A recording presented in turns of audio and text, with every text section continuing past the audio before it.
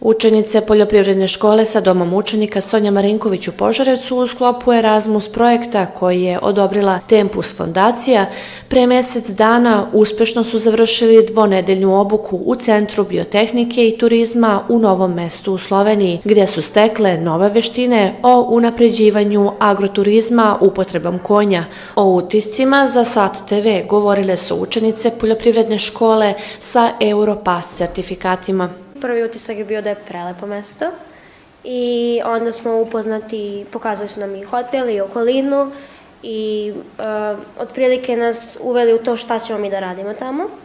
Onda su krenula ta predavanja koja su bila jako zanimljiva, vezana za turizam i agroturizam, vezana za konje konkretno. Radili smo razne projekte koji su nas približili svemu tome i nekako pripremili za dalje i za to jahanje i dosta toga novog smo čuli, generalno ne bismo čuli ovde. I kao ovako opšti neki utisak, mislim da nam je značilo.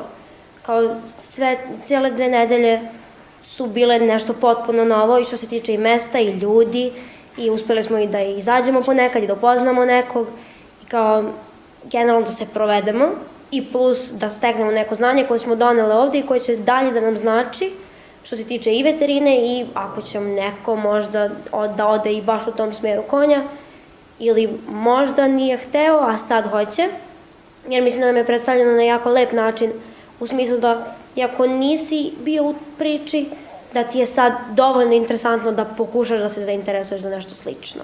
Naučili smo dosta toga o agroturizmu, naučili smo dosta toga o obuci konja, kako upotrijebiti agroturizam ovdje kod nas u Srbiji i kako dalje da nastavimo da se bavimo jahanjem, što se tiče i opreme i sportskog konjarstva. Ovaj projekat je produbio prijateljstvo i saradnju sa Centrom agroturizma i biotehnike GRM iz Novog Mesta.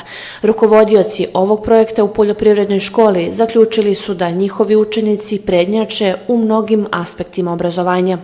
Vratili smo se prepun utisaka, trebalo nam je mesec dana da ih malo staložimo i lepo je da smo svi došli sa pregršti punih pozitivnih utisaka i da vidimo, ništa manje bitno, da mi ne zaostajemo za ostatkom sveta. Dakle, mi jesmo svet i mi ne zaostajemo za ostatkom sveta. To što možda neko smatra da zaostajemo, to je možda to što smo specifični u odnosu na njih, kao što su oni specifični u odnosu na drugi.